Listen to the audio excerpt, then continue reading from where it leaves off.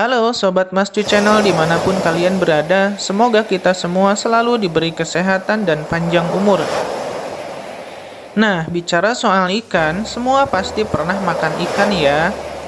Selain rasanya yang bikin ketagihan, ikan juga mengandung sumber nutrisi penting untuk menunjang kesehatan tubuh.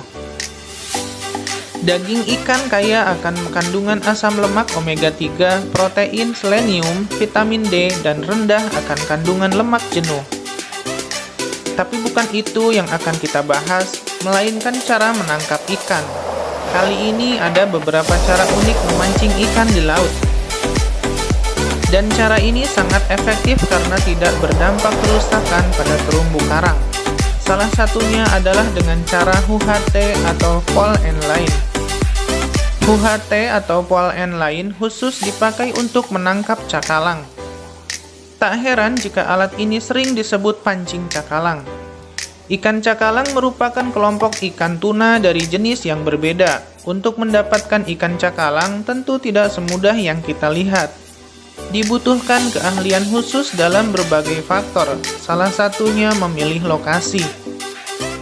Faktor pendukung yang tidak kalah penting adalah umpan. Terkadang umpan sulit didapat. Umpan yang digunakan berupa ikan-ikan segar berukuran kecil yang dibeli dari nelayan. Satu ember umpan dihargai sekitar Rp250.000.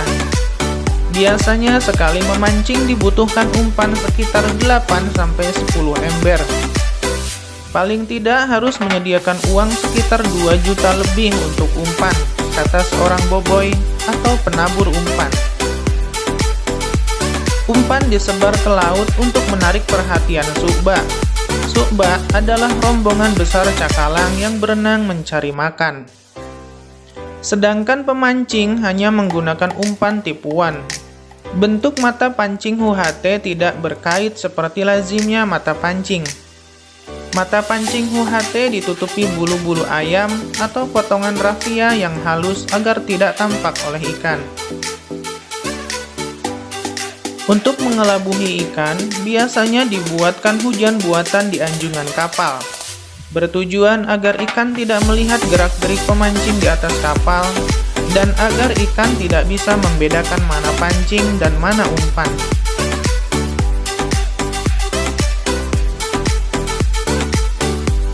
Biasanya pada bulan Maret hingga Mei adalah musim cakalang di perairan Teluk Bone.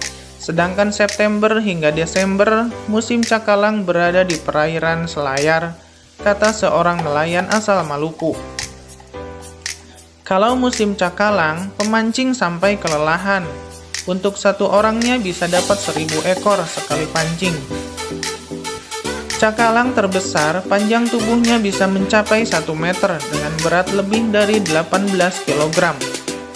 Sedangkan cakalang yang banyak tertangkap berukuran panjang sekitar 50 cm. Yang kedua adalah rawai tuna, atau biasa disebut tuna longline. Rawai tuna atau tuna longline adalah salah satu alat penangkap tuna yang paling efektif. Rawai tuna merupakan rangkaian sejumlah pancing yang dioperasikan sekaligus. Satu tuna longliner biasanya mengoperasikan 1.000 hingga 2.000 mata pancing untuk sekali turun. Rawai tuna umumnya dioperasikan di laut lepas atau mencapai perairan samudra. Alat tangkap ikan ini bersifat pasif, yaitu menanti umpan dimakan oleh ikan sasaran. Setelah pancing diturunkan ke perairan, lalu mesin kapal pun dimatikan, sehingga kapal dan alat tangkap akan hanyut mengikuti arah arus atau sering disebut drifting. Drifting berlangsung selama kurang lebih 4 jam.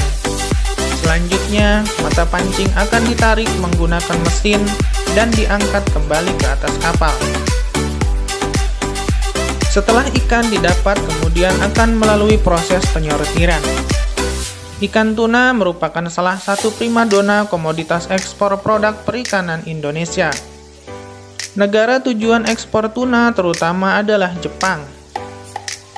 Di Jepang, ikan tuna umumnya dikonsumsi dalam bentuk mentah, maka diperlukan daging ikan dengan mutu yang sangat tinggi, baik dari segi kimiawi, mikrobiologis, maupun organoleptis.